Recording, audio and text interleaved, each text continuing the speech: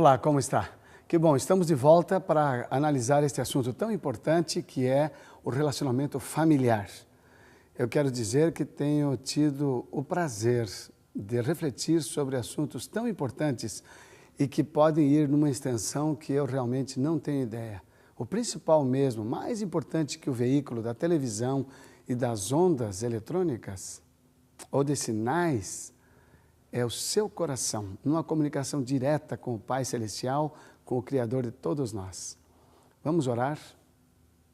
Pai amado, obrigado pelo privilégio de termos esta parte tão real na Tua obra criadora. Obrigado por nos teres feito a Tua semelhança, com esta capacidade de pensar e escolher para agir.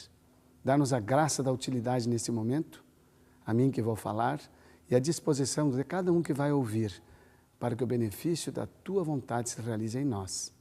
Pedimos em Jesus. Amém. Muito bem. Uma das coisas importantes na relação do casamento é o prazer. Deus planejou o prazer. A sensação de prazer começa bem cedo em nós. Mesmo um bebê que não tem condições de identificar as suas sensações, ele as sente. O beijo da mãe, o beijo do pai, o beijo de um adulto num bebê é profundamente registrado em suas emoções e o identificador dessas emoções é a sua sexualidade. É algo fantástico. O prazer é parte da natureza humana. Tem muitas fontes de prazer, tem muita coisa que a gente pode fazer boa que dá prazer, né? Muitas vezes a gente aliviar-se de uma coisa que nos incomoda dá prazer. Às vezes, conquistar algo dá prazer, ir a alguns lugares dá prazer. O prazer é parte do plano de Deus para nós. A única coisa que, devido à imperfeição do pecado na nossa natureza, nem tudo que dá prazer produz verdadeira bênção para nós, ou traz bem-estar duradouro. O bem-estar do prazer ele pode ser forte, verdadeiro, mas temporário. O tema de hoje é separados pelo prazer. E eu quero refletir no texto, novamente, no texto de Jesus em que ele estava respondendo aos fariseus a respeito do divórcio, mas ele não falou, não deu ênfase no divórcio, ele deu ênfase no relacionamento. E, novamente, eu chamo-lhes a atenção para o capítulo 19, agora o versículo 6, depois de ele ter dito que os dois se tornarão uma só carne. Vou ler ainda o verso 5. O 5 diz assim: disse Deus, por esta razão, ou seja, por serem diferentes sexualmente, o homem deixará pai e mãe e se unirá à sua mulher e os dois se tornarão uma só carne. A referência específica de uma só carne é a intimidade sexual. Não é o tema desse assunto do conteúdo de hoje, mas nós vamos passar por ele de maneira rápida. O versículo 6, que é o que me interessa, diz assim: assim eles já não são dois, mas uma só carne. Portanto, o que Deus uniu, não separe o homem, ou ninguém separe.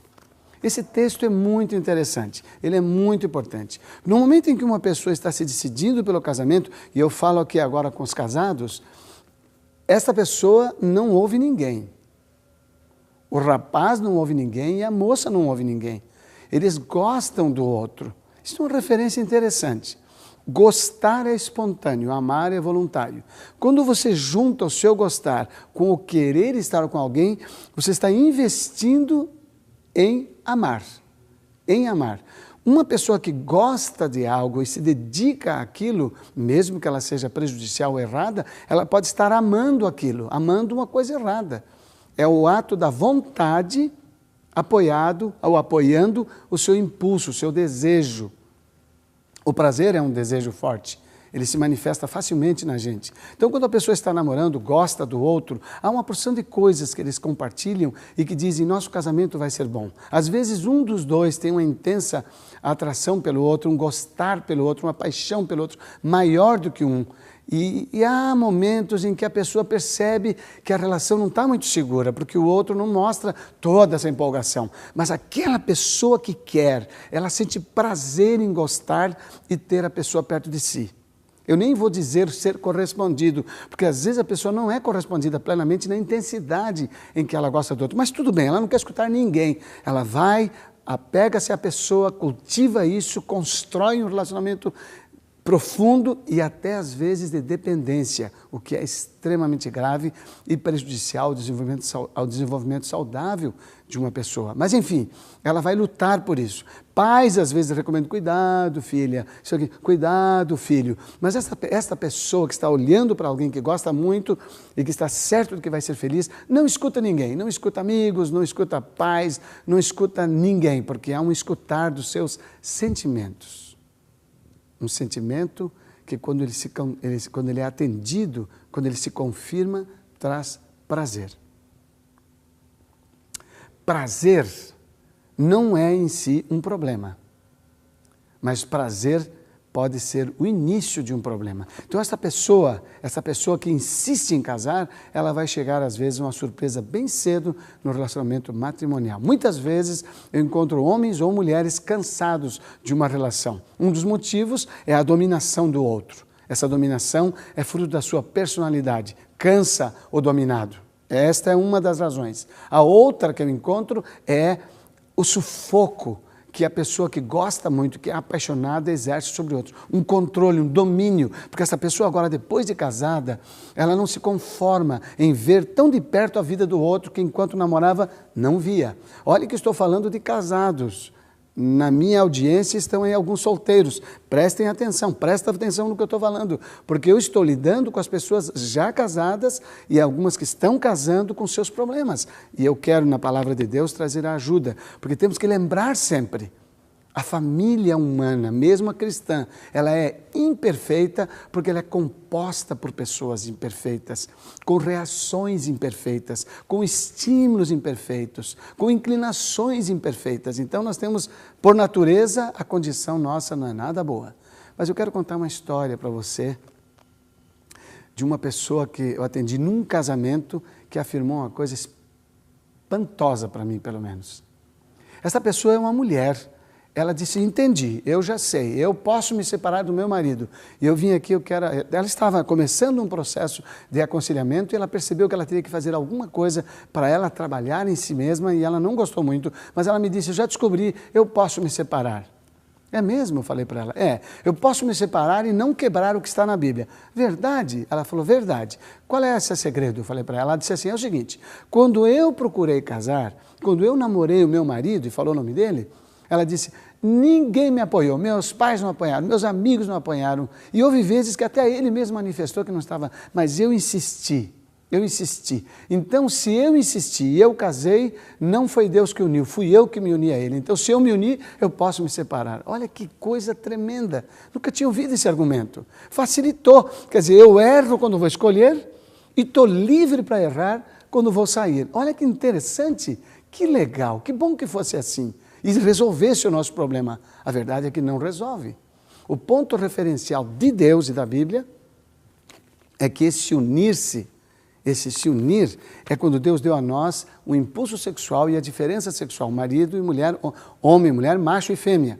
Quando nós atendemos a este impulso através do desejo, alimentado pela vontade e confirmado com o amor, nós casamos com alguém, ainda que não esteja sendo feita uma cerimônia religiosa ou mesmo uma cerimônia civil. Quando eu me entrego a alguém, entrego sexualmente, naquele momento que eu me entrego, eu caso. Por isso que é importante os solteiros pensarem e refletirem. Eu não posso ir namorando meninas, namorando rapazes e me envolvendo sexualmente. Cada um que eu me envolvo, cada um com o qual eu me envolvo sexualmente, com este eu casei.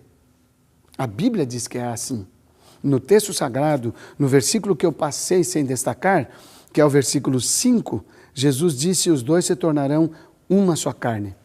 Paulo, na sua carta aos Coríntios, no capítulo 6, a primeira carta, primeira aos Coríntios, capítulo 6, o apóstolo diz que quando uma pessoa se envolve sexualmente em prostituição, ou seja, numa relação fora do casamento, ele diz assim no versículo 16, vocês não sabem que aquele que se une a uma prostituta é um corpo com ela? Uma carne com ela? O mesmo texto de Gênesis capítulo 2 e o mesmo texto de Mateus 19 em que Jesus fez referência. E Paulo completa ainda dizendo, pois como está escrito, os dois serão uma só carne. Então, embora o apóstolo Paulo esteja falando do relacionamento ilícito da prostituição, ele está mostrando que quando um indivíduo se une à prostituta, no texto sagrado, ele cumpre o que foi dado por Deus como um privilégio e como um presente. Não tinha juiz de paz naquela ocasião, não tinha cerimônia religiosa, não tinha marcha nupcial, tinha duas pessoas livres pensando que se olhavam, se gostavam e se atraíam e se comprometiam. O comprometimento vinha antes e o envolvimento sexual vinha depois. Isto era casamento, às vezes apenas na presença dos pais. Então, hoje, nós temos que rever esses conceitos, porque o prazer pode ser a causa da nossa separação. Por isso, a reflexão do tema separados pelo prazer. É muito importante notarmos que na palavra de Deus, os conselhos cobrem todas as áreas da nossa surpresa. Por exemplo, é muito fácil a gente buscar prazer em várias áreas. Uma delas é o ganho fácil. O ganho desonesto. A pessoa se sente bem quando ela consegue, num feito de desonestidade, faturar um dinheirão. Ela é esperta, ela é mais esperta do que os outros. Depois, algumas delas colhem as consequências. Outra fonte de prazer é a glutonaria. Comer o que quiser, quanto quiser, quando quiser. Dá prazer, ninguém pode negar que não dá prazer, dá prazer. Mesmo quando eu estou ciente de que eu preciso perder alguns quilos, que eu preciso mudar algumas coisas, abrir mão de alguns doces, não comer gorduras que são deliciosas, não comer frituras que são prazerosas, não beber junto na refeição, quando é uma delícia beber, especialmente uma bebida gasosa, como uma soda, alguma coisa assim. Eu tenho que abrir mão desse prazer, porque é prazer.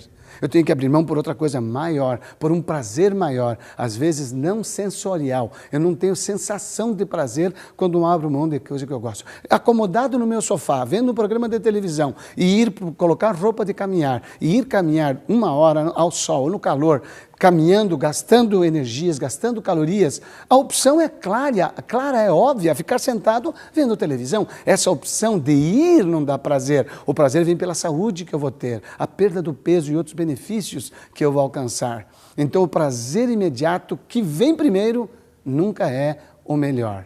Nunca é. Depois de um tempo, quando você vive a vontade de Deus, ela é um prazer imediato para você.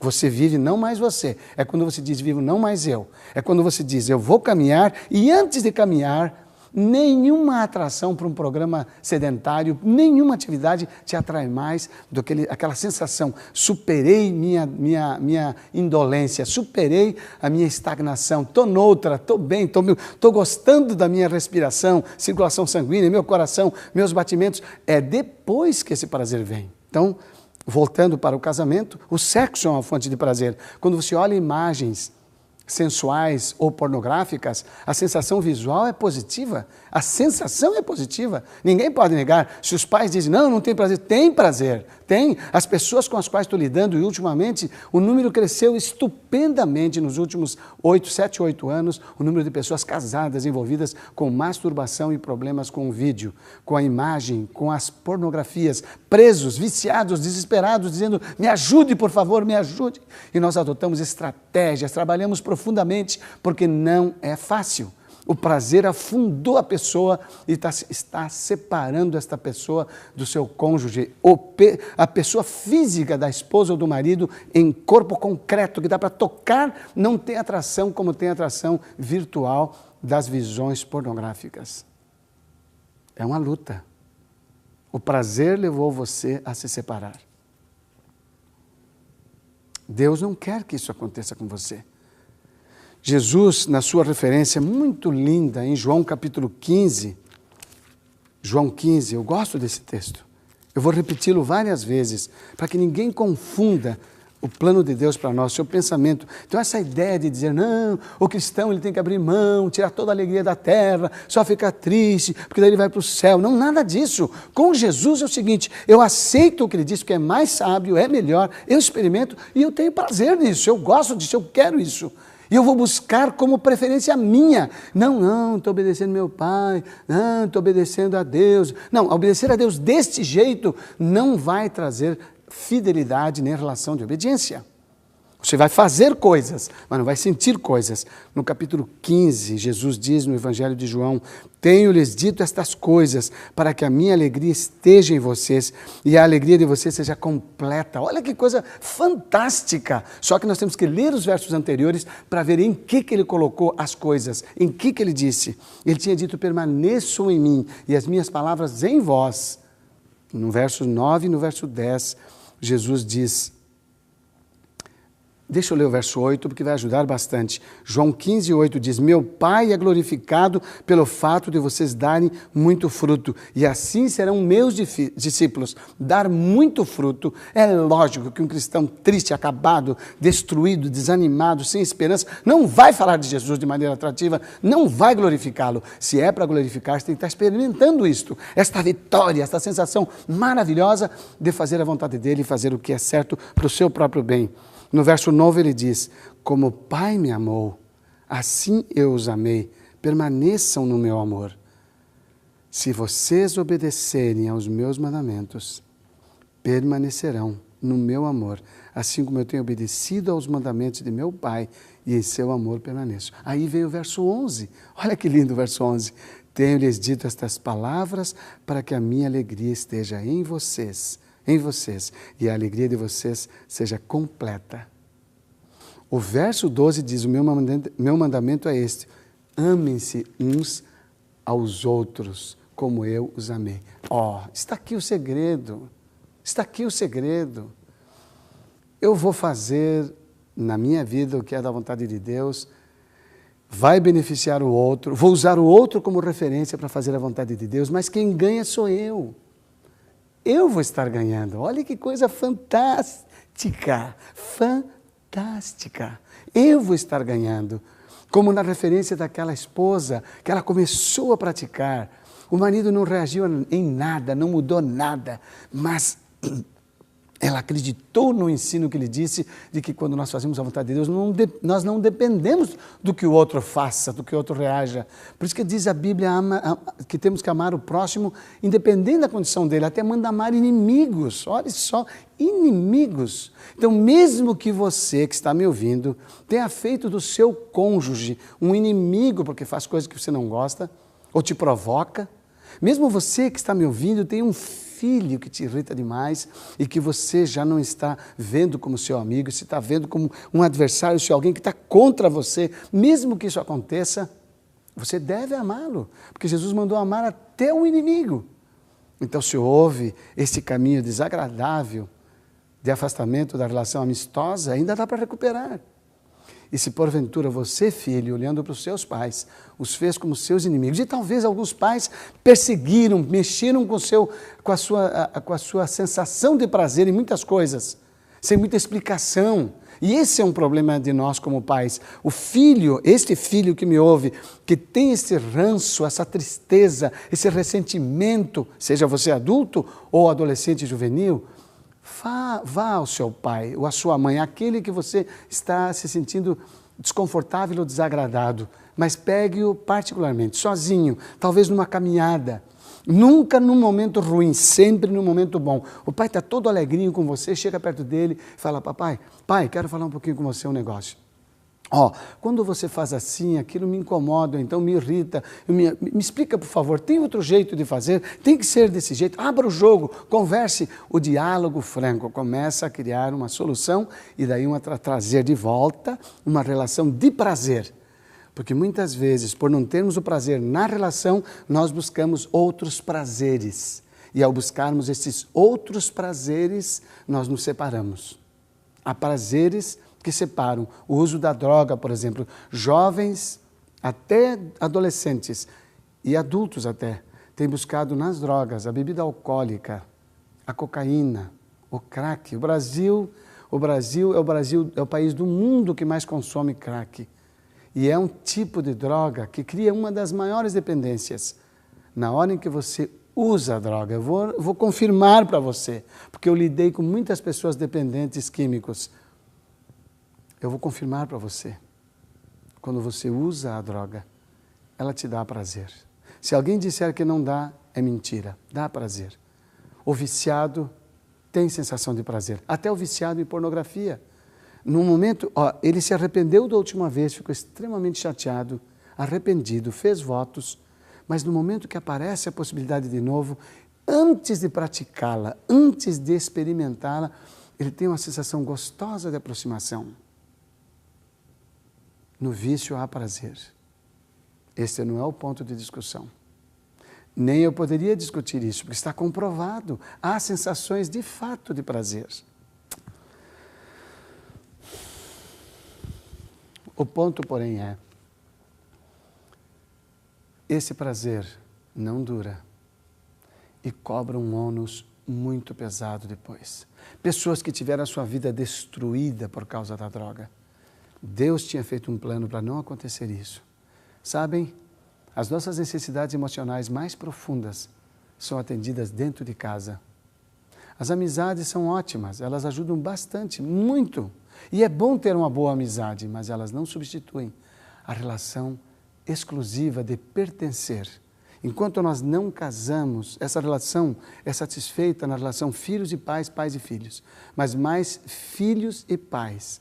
O filho, a filha, tem uma satisfação de pertencer a alguém. Isso lhe é confirmado, especialmente por dois aspectos. O que o pai ou a mãe afirmam para ela, do seu valor pessoal: você é muito querida, você é muito linda, você fez muito bem isso aí, elogios, declarações positivas. Esse é o número 1. E o número 2, a demonstração, o cuidado, o companheirismo, a disposição para ouvir o filho, para ouvir a filha quando está em situação desagradável. O mais importante ouvido que os filhos deveriam ter devia ser dos pais em situações difíceis. Lá em casa era muito interessante. Quando as filhas, o mesmo filho, queriam compartilhar um relacionamento de namoro que estava indo bem, era com a mãe. Mas na hora que as coisas iam mal, ou mesmo quando elas desmancharam, terminaram, era o pai que tinha que ouvir, porque parece que eu transmitia para elas mais segurança naquele momento difícil. Às vezes, acho que quando contavam para a mãe chorava junto com elas. Mas tinham ali dois para serem procurados, ou para curtir a relação, ou para comentar e desabafar as preocupações. Família. Família é uma dádiva de Deus, mas ela não veio antes que os indivíduos. A relação individual veio primeiro. Deus olhou para Adão e disse: não é bom que esteja só. Ele estava olhando para o indivíduo. Quando ele criou Eva, ele pensou num indivíduo capaz de corresponder, capaz de complementar. Isso é prático, isso não é teórico, isso não é filosófico, isso é prático. Só que temos que lembrar, todos nós, o tempo todo, que há um componente intruso no plano de Deus, que é a imperfeição do pecado. E daí então em Jeremias, no capítulo 17, eu encontro uma advertência que não posso deixar passar. Para mim é uma das mais sérias. Ela vem acompanhada de um esclarecimento dado por Jesus em Mateus. Mas Jeremias 17 diz no versículo 9: o coração é mais enganoso do que qualquer outra coisa e sua doença é incurável. Quem é capaz de compreendê-lo? Como é que você pode entender suas emoções? Você se vê como dizendo: isto é bom, isto é bom, isto é bom. E você atende aquilo que é bom, prazeroso, confundido como bom. E daí as consequências trazem um estado terrível de desânimo e inclusive depressão. Jesus, no capítulo 15 de Mateus, o Evangelho segundo Mateus, no capítulo 15, ele diz, no versículo 19, 15, 19. Ele estava falando sobre a acusação dos fariseus de que os discípulos não lavavam as mãos para comer. Mas Jesus diz: esquece o negócio das mãos ou do cerimonial e presta atenção na lição que Jesus ensinou neste verso, no verso 19, Mateus 15, verso 19. Pois do coração saem os maus pensamentos, os homicídios, os adultérios, as imoralidades sexuais, os roubos, os falsos testemunhos e as calúnias. Da onde? Do coração. Do coração. Do coração. A sede das suas emoções. Muitas vezes o coração na Bíblia se refere ao pensamento. A gente tem que olhar o original e ver o contexto para entender. Neste caso, são as emoções. É aquilo que você gosta, é aquilo que te dá prazer. O prazer não foi dado para nos separar, foi dado para nos unir. Mas uma coisa eu te digo, quando algo te atrai, quando dentro de você, antes de fazer, você sente prazer, no prazer de você já decidiu não tomar alguma bebida, mas o prazer que vem para você antes de bebê-la, vem de dentro de você. E Tiago, este servo de Deus, advertiu no capítulo 1 do seu livro, no versículo 14, ele advertiu como é que nós temos que lidar com o negócio da tentação, porque tem muita gente culpando a Deus. E olha o que diz aqui o texto sagrado, Tiago capítulo 1, no versículo 13 diz, quando alguém for tentado, jamais deverá dizer, estou sendo tentado por Deus, pois Deus não pode ser tentado pelo mal e a ninguém tenta. Mas o verso 14 diz, cada um, porém, é tentado pelo próprio mau desejo, sendo por esse arrastado e seduzido. A tentação não vem de fora. O de fora me lembra um desejo que eu cultivei, que eu acariciei e que fiz. Eu atendi um rapaz, é a história final desse dia com você. Intenso nas suas determinações, intenso no trabalho, intenso nas relações. E quando conheceu a Jesus, ele era um consumidor de crack. Terrível sofredor, já tinha passado por cocaína, já era consumidor viciado há mais de 20 anos, um lutador, um desesperado, mas ele conheceu a graça de Jesus, ele cooperou com ela e venceu, e depois caiu, depois venceu. Fiquei com ele por mais de 3 anos lutando, tirei ele da boca do fumo muitas vezes. Ele estava determinado a fazer a vontade de Deus, mas o gosto, no momento em que uma coisa dava errada para ele, havia um gosto que aliviava, era o gosto de estar dopado, de estar drogado, e ele ia para lá. Vocês imaginem esses homens que andam com a família por aí e que bebem, sabendo que há perigo de acidente. Essa pessoa sabe, mas ela não consegue. Jesus tem o poder, ele venceu, ele hoje é um pregador do Evangelho, ele é um vitorioso, porque ele persistiu, e um dia ele me disse, em 2 natais passados, ele escreveu para mim, ligou para mim por telefone do Brasil lá para os Estados Unidos e me disse, eu quero te dizer uma coisa que você não sabe. Ele falou, agora eu tenho minha 2ª filha. Ele falou, casei e tenho minha 2ª filha. Quando eu olho a saúde dela, eu fico pensando que teve um momento na minha vida que nem eu acreditei em mim, ele disse, mas você não desistiu de mim. Deus seja louvado. Deus seja louvado. Há alguém que acredita em você, talvez esteja dentro da sua casa. Faz o seguinte, olha para você. Olha para o prazer que Jesus quer te dar, um prazer gostoso, mas que dura. Busque esse prazer, porque ele disse que veio trazer alegria e que a alegria permaneça. Eu sou representante de Jesus para você. Casais aos milhares têm experimentado isto e têm visto que vale a pena. Eu quero orar com você, porque no fundo, eu sei que você quer essa vida feliz, mesmo num ambiente imperfeito, porque em você poderá se manifestar a alegria perfeita de Jesus e o seu prazer. Curve a fronte. Pai amado, obrigado porque em Jesus há restauração. Na sua promessa, aquele que confessa e deixa, alcança a misericórdia. Ele não só perdoa os nossos pecados, mas ele nos purifica de toda a injustiça. Que esta pessoa que me ouve, Senhor, tenha o seu coração aliviado, seus pecados perdoados, e a sua nova disposição, Senhor, às vezes tênue, fraquinha, que ela seja fortalecida pela Tua graça, para que este que me ouve seja mais um vencedor e que possa dizer, vivo não mais eu, mas Cristo vive em mim. Amém.